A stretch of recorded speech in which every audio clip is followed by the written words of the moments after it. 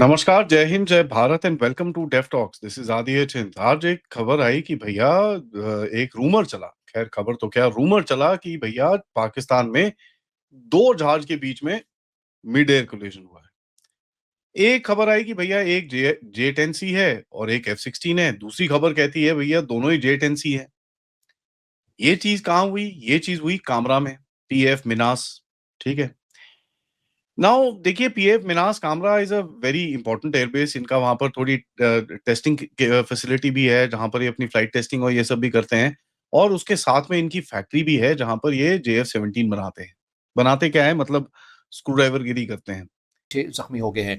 पाकिस्तान के सिक्योरिटी इदारों की तरफ से इस कार्रवाई का फौरी और मौसर जवाब दिया गया और इसमें जो ताज़ा तरीन जो अपडेट्स आ रही हैं कि अफगान फोर्सेस के 6 सिक्योरिटी एहलकार जो बॉर्डर पर तैनात थे उन्हें हलाक कर दिया गया है, उन्हें निशाना बनाया गया पाकिस्तान सिक्योरिटी फोर्सेस की तरफ से। दूसरी जो इंतहाई अहम खबर है वो गिलगित बल्तिस्तान से, मगर उससे रखने से पहले आपको ये अंदाज़ा होना चाहिए कि पाकिस्तान के तमाम सूबे इस वक्त पाकिस्तान के जितने भी जो सिक्योरिटी इदारे हैं वो किस हद तक मुतहरिक आपको नजर आते हैं। ये खबर सामने आ रही है सीटीडी पंजाब को लेकर। इस खबर के मुताबिक क्या चीज़ रिपोर्ट की जा रही है, पाकिस्तान की मीडिया आउटलेट दुनिया न्यूज़ की वेबसाइट के अंदर ये खबर मौजूद है। इसमें बताया गया है कि सीटीडी पंजाब की तरफ से बताया गया कि आदिल नामी एक फेसबुक आईडी जो कि इंडिया में रॉ ऑपरेट कर रही थी, इसकी मदद से दहशतगर्दों को गिरफ्तार किया गया। दहशतगर्दों को भारतीय दहशतगर्द एजेंसी रॉ से भारी फंडिंग भी की जाती थी। ये वो अल्फाज हैं जो इस खबर में इस्तेमाल किए गए हैं। अब इसके अंदर जो मजीद जो डिटेल्स है बताया गया है सीटीडी पंजाब की तरफ से कि एक शख्स को, दीप सिंह को गिरफ्तार किया गया है, फैजान को गिरफ्तार किया, अजमत को गिरफ्तार किया गया है, फैजान को गिरफ्तार किया गया है, नबील अबरार को गिरफ्तार किया गया है, उस्मान सरफराज जबकि फैसलाबाद से दानिश को पकड़ा गया है। बताया गया है कि भावलपुर से गिरफ्तार ये जो अनासिर थे इनमें रजब, हाशिम, साकिब और आरिफ भी शामिल थे और ये तमाम तर वो कार्रवाइयाँ हैं जो कि सीटीडी पंजाब को हासिल हुई हैं कि एक ये मुनज़्ज़म पाकिस्तान के अगेंस्ट मजहबी मुनाफरत की बुनियादों के ऊपर भी कुछ प्रोपेगेंडा कर रहे थे ताकि सूबे के अंदर, शहरों के अंदर इस तरह की भी मुनाफरत फैलाई जा सके और साथ साथ सिक्योरिटी पॉइंट ऑफ व्यू से भी कुछ ऐसी जो कार्रवाइयाँ हैं ये अपने मज़मूम इरादे बना रहे थे जिन्हें बर वक्त नाकाम बना दिया है सीटीडी पंजाब की तरफ से। अब इस अहम खबर के ऊपर आ जाइए। गिलगित बल्तिस्तान के अंदर हमने आपको पहले भी रिपोर्ट किया था कि एक सरगना कलदम टीटीपी का, जिसे रियासत पाकिस्तान फितरत और खवारिज का नाम देती है, उसका एक अहम कमांडर जिसने वहाँ की मकामी ज़ुबान में एक ख़िताब किया था जिसमें बताया गया था कि मुफ्ती नूर वली महसूद की बैत में है, वो जब कहेंगे, जैसा कहेंगे, जहाँ कहेंगे, हम इस महाज को भी एक्टिव कर सकते हैं। और उसके बाद हमें ये उम्मीद थी कि सिक्योरिटी फोर्सेस को कार्रवाई करेंगे या इस पूरे नेटवर्क को इलाकाई सतह के ऊपर एड्रेस किया जाएगा, लेकिन कोई ऐसी खबर हमारे सामने नहीं आई है। अब जब खबर सामने ऐसी नहीं आई है तो फिर ऐसे मजीद जो अनासिर होते हैं इन्हें मजीद कॉन्फिडेंस मिलता है, शय मिलती है। अब एक और खबर आ रही है उसी इलाके से, जामिर वाली साइड के का जो इलाका है, एक मकामी आबाई इलाका है, वहाँ से एक खबर हमारे सामने आई है कि वहाँ पर एक और कलदम टीटीपी या जिसे रियासत पाकिस्तान फितरत और खवारिज का नाम देती है, उसके एक अहम कमांडर, जवान कमांडर है, उसने बयान जारी किया है कि हम इलाके के तमाम अफराद को कहते हैं कि जिन जिन के अहल खाना में से उनका भाई है या उनकी बहन है या उनका बाप है वो अगर आर्मी के अंदर शामिल हैं तो हम फिलफौर ये कहते हैं कि उन्हें इस नौकरी से उन्हें अलहदा कर दें। अगर आपने ऐसा ना किया तो फिर हम उनके अगेंस्ट कार्रवाइयाँ करेंगे और हम मुफ्ती नूर वली महसूद की बैत में हैं और हम जब चाहे जहाँ चाहे कार्रवाइयाँ भी कर सकते हैं। तो इस किस्म के गिलगित बल्तिस्तान जैसे पुरअमन इलाके न सिर्फ पुरअमन इलाके बल्कि पाकिस्तान के लिए तस्वीराती लिहाज से, पाकिस्तान के लिए तजारती नुक्ता नज़र से इंतहाई अहमियत के हामिल ये इलाके हैं। और यहाँ भी हम देख रहे हैं कि कलदम टीटीपी के जो कनेक्शन है वो आपको मिलते हुए नज़र आ रहे हैं। और ये कोई नई बात नहीं है, इससे पहले हमने बहुत पहले आपको बताया था, आपको याद होगा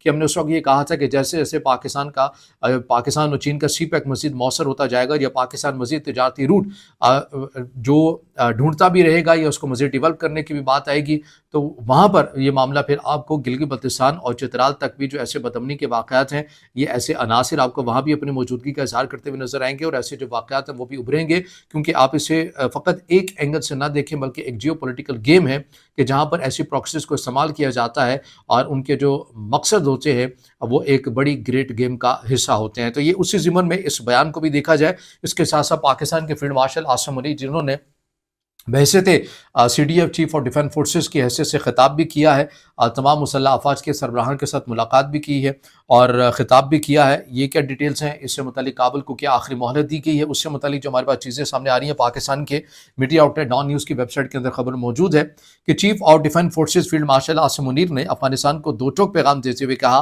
कि अफगान तालिबान हुकूमत को फितरत और खवारिज या पाकिस्तान में से एक का इंतखाब करना होगा। जबकि भारत को खबरदार किया गया कि वो किसी खुद फरेबी या गुमान का शिकार न रहे। अगली बार पाकिस्तान का जवाब इससे भी बर्क रफ्तार और शदीद होगा। जनरल हेडक्वार्टर GHQ में तकरीब के दौरान chief of defence forces field marshal Syed Asim Munir ने तीनों मुसल्ह अफवाज के अफसरान से खिताब करते हुए कहा कि नए डिफेंस फोर्सेज हेडक्वार्टर्स में बुनियादी तब्दीली तारीखी है। फील्ड मार्शल का कहना था कि बढ़ते खतरात के सबब तीनों मुसल्ह अफवाज मुतहद निज़ाम के साथ काम करें। बढ़ते बदलते खतरात के पेश नज़र मल्टी डोमेन ऑपरेशन को तीनों अफवाज के मुतहद निज़ाम के तहत मजीद बेहतर करें। उन्होंने मजीद कहा कि डिफेंस फोर्सेज हेडक्वार्टर का क़याम इस तब्दील की जानिब एक ज़रूरी कदम है। हर सर्विस अपनी ऑपरेशनल तैयारियों के लिए अपनी इनफरादियत बरकरार रखेगी। डिफेंस फोर्सेज का हेडक्वार्टर सर्विसेज के ऑपरेशन को मजबूत करेगा। तीनों अफवाज अपने अंदरूनी खुद मुख्तारी और तंजीमी ढांचे को बरकरार रखेंगी। फील्ड मार्शल ने भारत को खबरदार किया कि वो किसी खुद फरेबी या गुमान का शिकार न रहे। अगली बार पाकिस्तान का जवाब इससे भी ज्यादा मौसर होगा। आर्मी चीफ ने अफगानिस्तान के हवाले से कहा कि तालिबान रजीम को पैगाम भेज दिया गया है कि फितनतुल खवारिज या पाकिस्तान के सिवा किसी एक के इंतखाब के अलावा कोई ऑप्शन नहीं है। यानी तालिबान रजीम को यह कहा गया है या तो आप पाकिस्तानी तालिबान का इंतखाब करें या रियासत पाकिस्तान का इंतखाब करें। फील्ड मार्शल आसिम मुनीर की तरफ से मजीद कहा गया कि पाकिस्तान एक अमन पसंद मुल्क है, लेकिन किसी को भी इलाकाई सालमियत पर आंच की इजाजत नहीं आने देंगे। सब जान ले कि पाकिस्तान। नमस्कार, जय हिंद, जय Bharat and welcome to Def Talks. This is Adi Hind. आज एक खबर आई कि भैया एक रूमर चला, खैर खबर तो क्या, रूमर चला कि भैया पाकिस्तान में 2 जहाज के बीच में मिड एयर कोलिजन हुआ है। एक खबर आई कि भैया एक J10C है और एक F-16 है। दूसरी खबर कहती है भैया दोनों ही J10C है। ये चीज़ कहाँ हुई? ये चीज़ हुई कामरा में, PF मिनास, ठीक है? नाउ देखिए, PF Minhas Kamra is a very important airbase. इनका वहां पर थोड़ी टेस्टिंग फैसिलिटी भी है जहां पर ये अपनी फ्लाइट टेस्टिंग और ये सब भी करते हैं। और उसके साथ में इनकी फैक्ट्री भी है जहां पर ये JF-17 बनाते हैं। बनाते क्या है, मतलब स्क्रू ड्राइवर गिरी करते हैं। हम अपने HAL को बोलते हैं स्क्रू ड्राइवर गिरी। दिस इज स्क्रू ड्राइवर गिरी एट एट बेस्ट। इनका जहाज डब्बों में आता है। ऑल पाकिस्तानी डू इज डब्बा का कवर निकालते हैं, नट बोल्ट टाइट करते हैं और उसको उड़ाते हैं और कुछ नहीं करते ये लोग। एनी केस, वापस आते हैं। तो क्लेम इज कि 2 जहाज किसी चीज में कुछ करते-करते चिपक गए एक दूसरे से, ठीक है? Now if it's 2 J10Cs then it's a matter of worry, क्योंकि यार दोनों तो चाइनीज ओरिजिन एयरक्राफ्ट हैं। Both of them should be able to pick up each other. अगर एक J10C है और एक F-16 है, फिर भी समझ में आता है because both of them are not connected with each other. Data links are not connected and वो सब चीजें हैं। तो ये चैटर है। कोई ऑफिशियल कंफर्मेशन नहीं आएगा इसका। No denial will come, nothing will come. Because देखिए, आपको इन चीज़ों को एनालाइज़ करना पड़ता है एज़ ओसिंट, क्योंकि पाकिस्तान भारत की तरह तो है नहीं कि भैया क्रैश हो जाता है, एकदम से खबर आती है कि भैया ये हुआ है, ये पायलट है, ये ठीक है, this is what has happened, ये करके पूरा क्लियर खबर आ जाती है।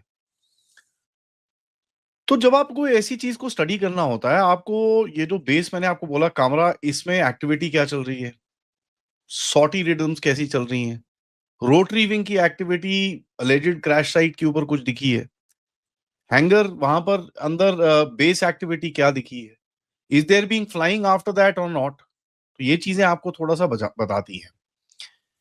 देखिए, जब अलग क्रैश होगा तो कंप्लीट रेडियो साइलेंस करा जाएगा ऑन दिस पर्टिकुलर सब्जेक्ट। सबको बोला जाएगा 1 सेकंड के अंदर, भैया just shut up, don't talk about this. क्योंकि होता क्या है, इवन इफ सम कोई सुन रहा है, एनिमी होते हैं वो सुन रहे हैं, suddenly if they pick up on all this stuff, you've had it। आपके पूरे कोड्स भी गए और ऊपर से आपकी इंफॉर्मेशन भी गई। कई बारी क्या होता है, अगर बेस के पास कहीं पे गिरा हो तो रिस्ट्रिक्शन हो जाती है फ्लाइट्स की, ठीक है? उसके बाद फाइटर्स के अंदर होता है, जैसे अभी तेजस के साथ हुआ, तो एकदम से एक लहर सी दौड़ती है, बट एग्रेसिव मैन्यूवरिंग को जरा थोड़ा-सा बोलते हैं ठंडे हो जाओ। Just for the next couple of days till the time we don't know what the fault was, तब तक जस्ट काम डाउन। तो यू डू मैनूवर्स, बट एकदम हाइली एग्रेसिव मैनूवर्स नहीं करते आप। इंटरनल ऑडिट्स करते हो, जाके चीजें देखते हो, भैया क्या है वहां पर, तो चाइनीज भी होंगे कि यहाँ पर जाके भाई क्या हो रहा है, what is happening. Search and rescue operations होते हैं जहां पर हेलीकॉप्टर्स यूज में आते हैं, फायर के यूज में आते हैं, तो ये सब चीजें भी होती हैं। अब पाकिस्तान है, मेरे को पता नहीं इनका SOP क्या है कि फायर वायर को बुलाएंगे भी नहीं, क्योंकि अब भैया अफसराने पाक का वहां पर तो नाक कट जाएगी अगर फायर वाले को आके कुछ करना पड़े।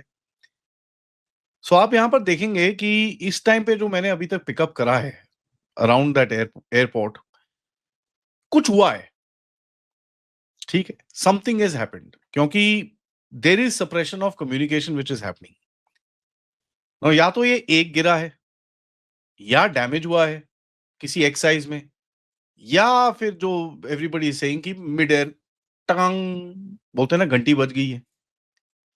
There was a scramble noted, और ये इनके वहां पर काफी इनके चैटर में मैंने चेक करा जाके, एक एक 2-3 हेलीकॉप्टर लो एल्टीट्यूड में साउथ वेस्ट वहां से उड़े हैं, 25-30 मिनट तक उड़ के वापस आए हैं। So they followed a certain pattern. अब ये पैटर्न क्या होता है कि जिस एरिया के अंदर जहाज गिरा हो, वहां पर जाके दे विल सी। ना होता क्या है, if there is a two ship formation doing something with each other, अगर वही दोनों को हाथ लगी है तो बड़ा मुश्किल हो जाता है ढूंढना, अनटिल अनलेस लोकल कॉल्स आए और ये सब चीजें आए आपको। एक अकेला किसी पहाड़ वहाड़ में कहीं जाके गिरा है, again it becomes very difficult. So you have to go retrace the steps and see कि भैया यहाँ पर हमने लास्ट ट्रैक किया था, यहाँ से कहाँ कहाँ जा सकता है। He was flying eight 800 kilometre an hour. तो उस पॉइंट से अगर आप एक 800 किलोमीटर एन आवर का अगले 3-4 मिनट का आप लगाओ कि अच्छा भैया वो 10,000 फुट पे था, उसको इतना टाइम लगेगा नीचे आने में, तो इतने टाइम पे 800 किलोमीटर के स्पीड में वो इस पॉइंट से कितना दूर जा सकता है। And then you kind of search pattern बना के आप इसको सर्चिंग शुरू करते हो। बट ये 20 से 25 मिनट में वापस भी आ गए। That is very interesting. अगर ये 20 से 25 मिनट में वापस आ गए, या तो भैया वहां पर कुछ है ही नहीं उठाने के लिए, गॉन इनसाइड, खत्म। वहां पर फिर वो ग्राउंड फोर्सेस पहुंच गई, उन्होंने अपने आप उठा लिया जो उठाना था। प्लस सुबह से मैंने मतलब कोशिश करी, अब ये बड़ा मुश्किल होता है ऑफ कोर्स, पाकिस्तानी तो कोई कोई फोन तो है नहीं कि हाँ भाई तेरे वहां पर फ्लाइंग हो रही है। Normal sorties will be about 8 to 14 sorties Pakistan की, ठीक है, 8-9 सॉर्टीज होती होंगी एक एयरबेस में से। वहां पर थोड़ी टेस्टिंग टूस्टिंग भी चलती रहती है, तो रिपेयर के लिए आते हैं जहाज। JF-17 का भी ये खराब हो गया, वो खराब हो गया, तो दे कम फॉर रिपेयर।